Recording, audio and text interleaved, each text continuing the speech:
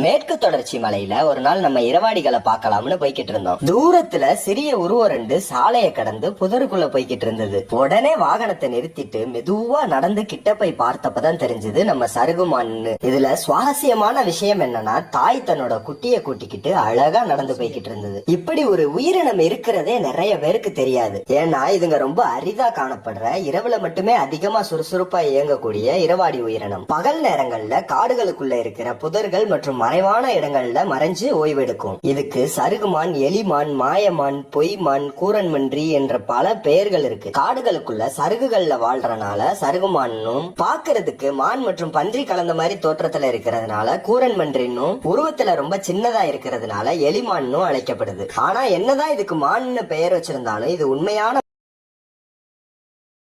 மானினம் கிடையாது. மானோட தோற்றத்துல இருக்கக்கூடிய தனித்துவமான தனிப்பட்ட பாலூட்டி இனம். இதுல ஆண்களுக்கு பன்றிகளுக்கு இருக்கிற மாதிரி கோரை பற்களும் இருக்கும். அதிகமா இலைத்தலைகள், தரையில விழுந்து கிடக்கிற பழங்கள், பூச்சிகள் மற்றும் சிறிய உயிரினங்களையும் உணவா சாப்பிடும். மலைப்பாம்பு, ஆந்தை போன்ற பல உயிரினங்களுக்கும் உணவாக இருந்து வருது. என்னதான் இதை நான் பல முறை காட்டுல பார்த்திருந்தாலும் இந்த அருமையான நிகழ்வை பதிவு செய்ய இயற்கை கொடுத்த வாய்ப்புக்கு மிக்க மகிழ்ச்சி. இதோட தாயும் பக்கத்துல இருக்கிற புதர்ல நின்று எங்களையே கவனிச்சுக்கிட்டு இருந்தது. கொஞ்ச நேரம் இந்த குட்டியும் எங்களையே பாத்துக்கிட்டு இருந்தது. பின்பு புதருக்குள்ள போய் அதோட தாயோட இணைஞ்சிருச்சு. மன நிறைவோட நாங்களும் இந்த இடத்தை விட்டு கிளம்பி